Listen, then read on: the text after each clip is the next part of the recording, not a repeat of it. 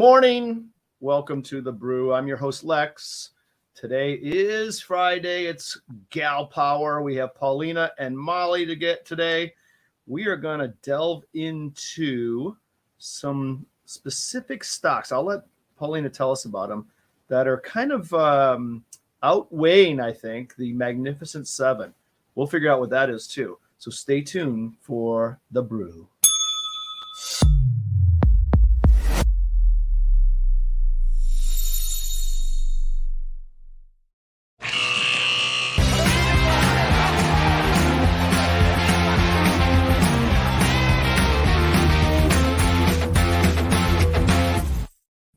Good morning, ladies. Good morning. How are you? Hey, guys. Everyone good? I'm so Doing great. So we're the week after Thanksgiving. Are we feeling good? I mean, we all lost weight over the weekend. I love that idea. Awesome. Had a good Thanksgiving, Paulina? Yes? Yes, great Thanksgiving. A lot of delicious food. My favorite is the stuffing. We had amazing stuffing. Nice. Yeah. Yeah, I put the dog on the treadmill instead. I thought it was like holiday, make him do it. Yeah. Oh my God. Yeah. So you guys made a comment about my hat before. So this is my new hat that is really big. It's the Wyoming Cowboys. So I love it. My kid goes there and plays football. But I looked at it and it has a fitted size. Like I've got a big noggin and this is gigantic on me. I mean, it's huge. Who fits that? I want to know who's the human that fits that. I don't know. I thought that was a pretty good size hat. It doesn't work. Maybe I got my hair cut and my head got smaller. Anyhow, Paulina, welcome. Thanks for coming on today, Friday. It's one of our favorite days because you're so much smarter than we are, and we just follow along and listen to you. So we love that part. But you have a few stocks in the list today, right? I'm going to let you talk about them. Mag 7 is a big deal, right? People follow that like the Bible, right? So they follow that stuff. What is Mag 7, first of all, so I can know the difference between these three or four stocks versus the 7? Right. So the so-called Magnificent Seven stocks are basically 7 stocks in the S&P 500 that have been driving the performance of the entire index, of the entire market. Mm-hmm. So they call them Magnificent Seven because there's been so much excitement around artificial intelligence, and that has been driving tech stocks this year. So that has pushed companies like Alphabet, Amazon, Apple, Meta, Microsoft, NVIDIA, and Tesla. I think that's 7. Those are the Magnificent Seven. I'm trying to write these down, and I'm like, hold on. Then I refer to the symbols. I mean, I write about them all the time, so I have them memorized by now. That's good. I'm impressed. I mean, these stocks are pretty impressive, actually. They make up. Excuse me, I was getting a call. So my bad. So these stocks, they make. It was me, by the way. It was right. me. I was testing you. I wanted to see how good you're. Good. Yeah. I appreciate it. So these 7 stocks, they make up roughly a third of the S&P 500, which is crazy. And so they're worth, if you combine them, all 7 of them together, they're worth a combined $10.4 trillion. Jeez. So altogether, that's around 27% of the S&P 500's total market cap, which is $37.7 trillion. So that kind of gives you an idea around how influential these companies are in moving the needle of the entire market. So that's why, you read articles all the time, watch the business news, and basically the coverage is surrounded by these 7 stocks. So it's really important to pay attention to them. So that's what the Mag 7 are. Got it. So just so we're clear, I missed one of them. I have 7 spots and I only have 6 stocks. So I'll read it what I have. Alphabet, which is Google, Amazon, Tesla, Meta, Apple, NVIDIA. Which one am I missing? Microsoft. Oh, silly me. MSFT. Got it. Okay, I got it. So you said that. Wait. Is that a strategic way of promoting a stock so we could say that again? Is that Microsoft? intentional? I don't know. I mean, what does Microsoft know about anything? Something. So you said, just so I'm clear, and again, I'm taking notes. These 7 stocks are a third of the S&P. Is that their capitalization? Is that accurate? Or Yeah, roughly they accurate? make up almost a third of the S&P 500 by value. And so throughout the past 2 decades, where these companies have significantly exponentially grown in value, Right. as of today, they make up roughly a third of the S&P 500. Okay. So is it safe to say then that, if these guys are having a good day, then high tech. it's probably going to be up a little bit, right? Because it's such a big part of it. No? Absolutely. If there's any movement in any of these stocks, it influences not only the S&P but also the NASDAQ, which is where a majority of these companies lie. That's why they like to refer the NASDAQ as the tech-heavy NASDAQ, because all these tech companies, are in that index. So if they're having a good day or a bad day, that's kind of reflective of how the market in general is performing. Okay. Before we get into your picks, other than these 7, how about this idea? Tell me how I'm doing. Ready? Why don't we have an ETF that is the Mag 7 ETF? And please don't tell me there already is one, because I'll be so sad that I thought of this and there already is one. Okay, so I don't, there might be actually. There is an ETF called the QQQ, which consists of a bunch of these big tech stocks, and I believe all of them are in there along with some other ones.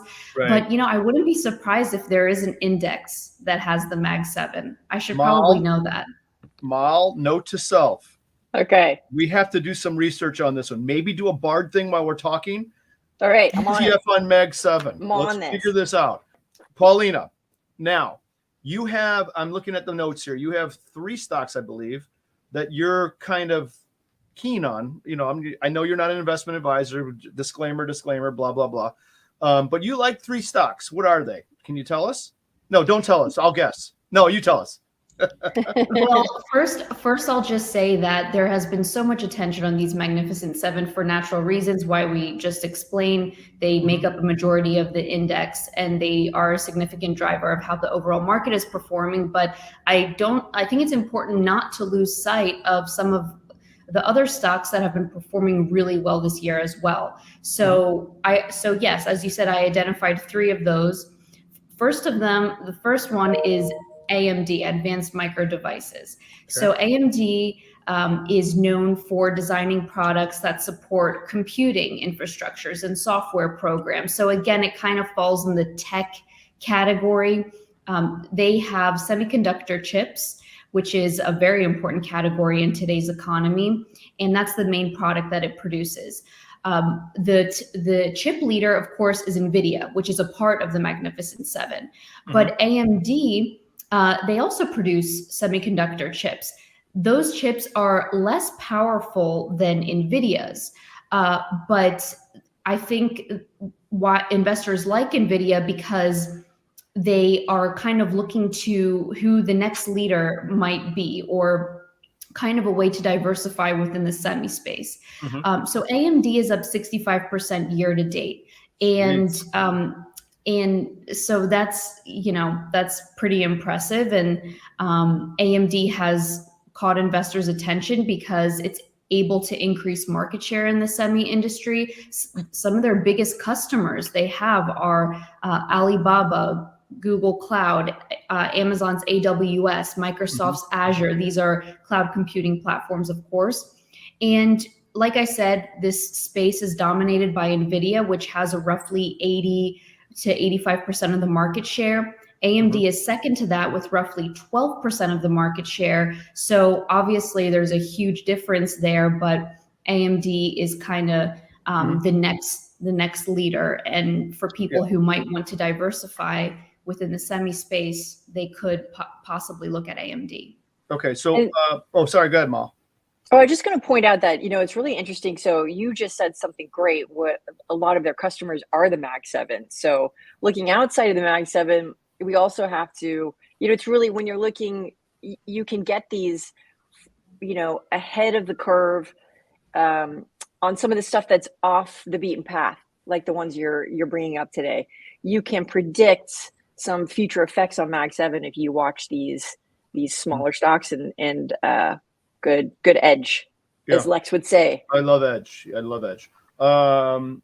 Yeah. So I was going to also ask, in your description about AMD, it sounds like they are potentially the go-to for bigger clients, bigger, Mag 7 clients, as opposed to touching us in the retail world. Would I ever come across an AMD sort of product, or is it already built into computers I'm using, or not?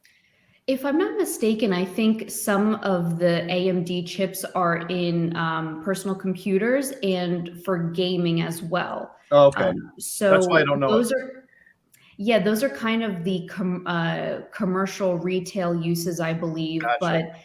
But as Molly said, the big Mag 7 names, and what I think investors are most interested in are the partnerships that AMD has with these huge companies and their cloud computing services. Gotcha.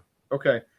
Let's go to number 3 on your list, because the middle one on your list, the one that sails in the ocean, that I want to save for last, if that's okay. Okay. All right. So the next one is Palo Alto Networks. Is that Palo Alto as in where Stanford is? Yes, Palo Alto Networks. Yes, the stock is up 90% year to date. So again, has significant outperformance. So Palo Alto is a cybersecurity company. It has posted impressive revenue growth this year. It's a top vendor in its space and one of the largest public cybersecurity companies.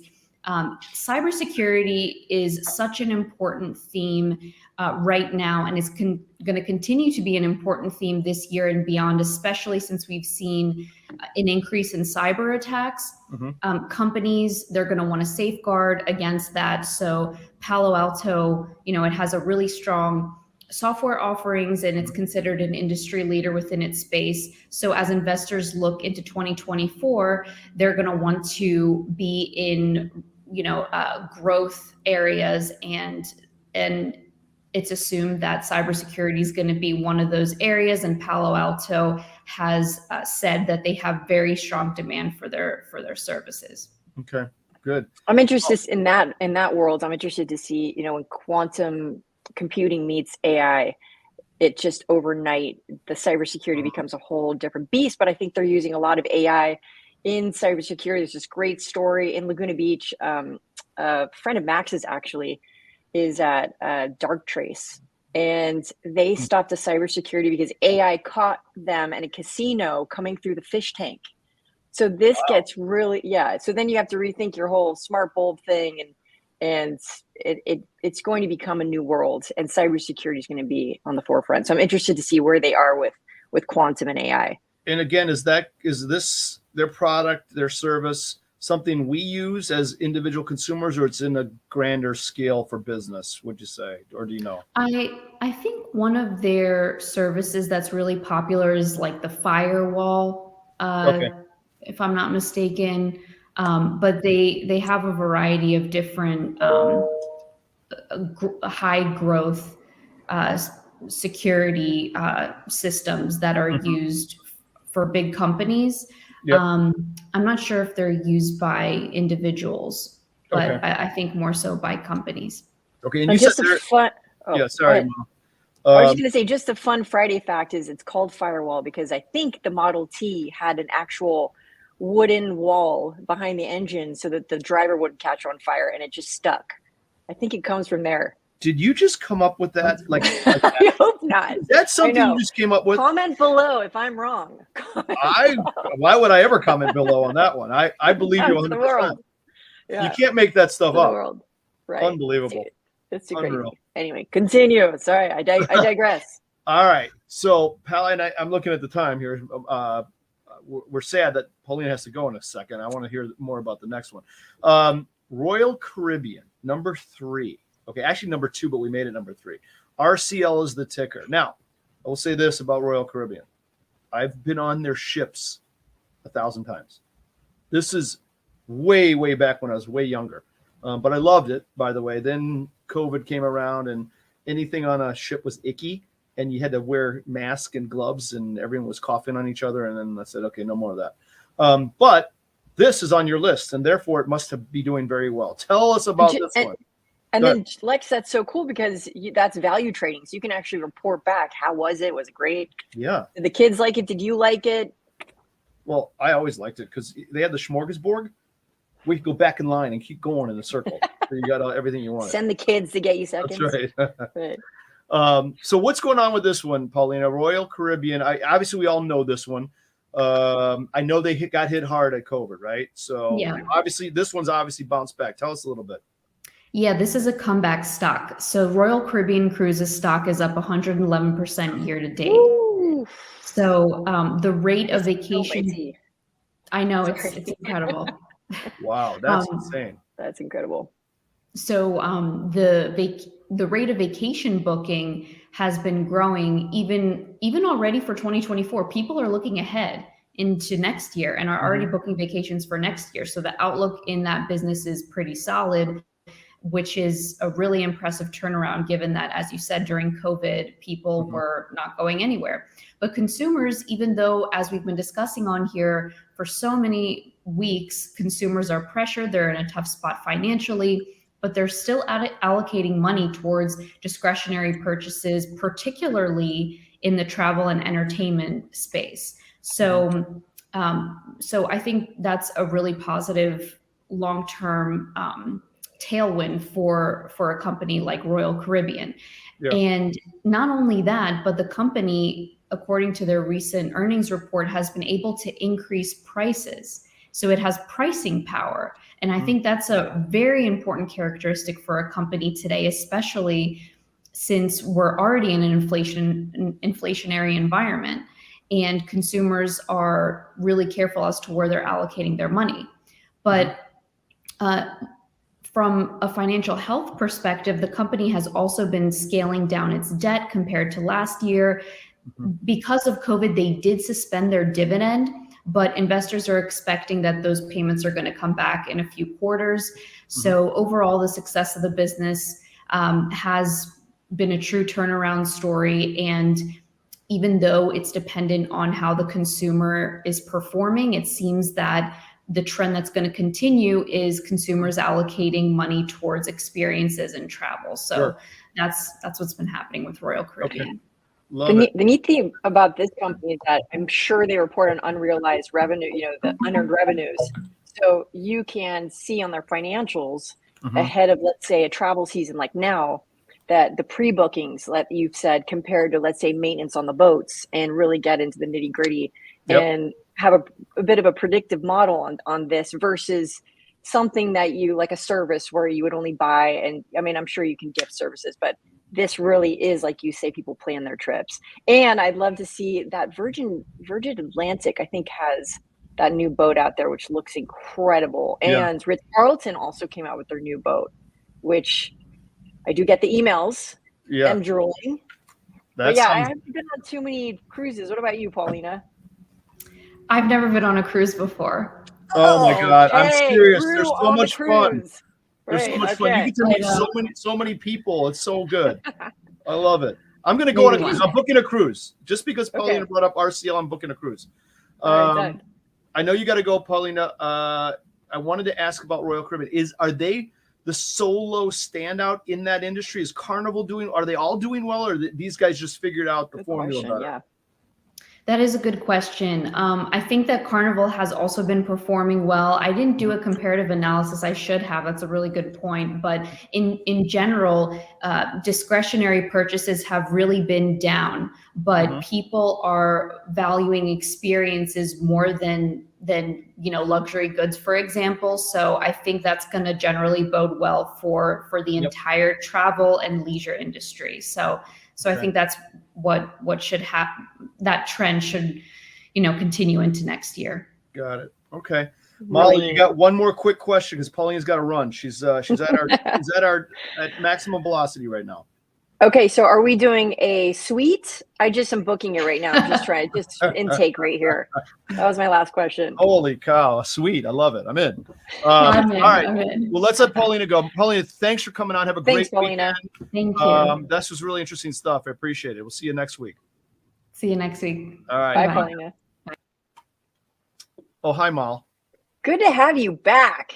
Wow. See all that. It's not the same without you. All that energy, right? So you haven't been on a cruise before? Okay, my mom took me on a island hopping Hawaiian thing that we went with a friend of hers, and I was so young. And I was a surfer, so I just jumped off any chance I could. And I just wanted to see the surf spots. So I think it was wasted on me, but it was really great. What do you love about cruises? I did these when I was way younger, right? And look at the part where you pay one price and you get to eat and drink and be merry a lot without, ripping out your wallet every time. That's kind of fun. They get you, sooner or later they get you. I like that. I like movement. So I like going from one port of call to another and exploring the island that they drop you off on, even though the ports that these big boats go in always suck. They are nasty. Yeah. Like Long Beach. Long Beach. I don't know about Long Beach, but the ones in the Caribbean, they're always, the islands are beautiful, but where they make the boat go, they say, hey, the boat's going to land here. Let's put it in the crappiest place on the island because why waste good venue? And then let everyone get off the boat and get on a taxi and stir the local economy. All makes sense. Don't get me wrong. Yeah. But I just like seeing different islands, I think. And we always went with a group. Yeah. I think with digital, with COVID, people are not going back to work and they're learning how to work from home. Yeah. And a lot of Tradier team works remotely. And with the digital nomad, as they're called, you can actually go travel and work. So boats are really probably set up to do it's set up for the future. Yeah. And I do think, how do you think it would react if there was another, lockdown? How would that affect sales? Obviously, I think that would be horrible again. But I don't know what the answer is there. I'm not sure. I don't know because what the worst thing is when everyone got COVID on the ship and they couldn't come into the harbor. That would be like living hell. To be able to everyone coughing and hacking and masks all over the place. Oh my God. Right. There's this really cool thing called the World. And the World, I don't know if you've seen these, but these are apartments that you move into and you take a year and you circumvent the world and you all vote where you're going to go. Oh, that's cool. Yeah, they have like 10 restaurants, markets, spas. Yeah. I bet you the wine's pretty good too. Not as good as your wine cellar, I will say. We're going to do a show from the wine cellar coming up. I swear. We're going to do that. All right, we should go. Good to see you. I'll see you next week on our Wednesday show. Great. That was good. Yeah, that was good. So you have a good weekend and we will talk mañana week, whatever it's called. All right. Thanks, Lex. That's a wrap. Bye, Ma. Bye.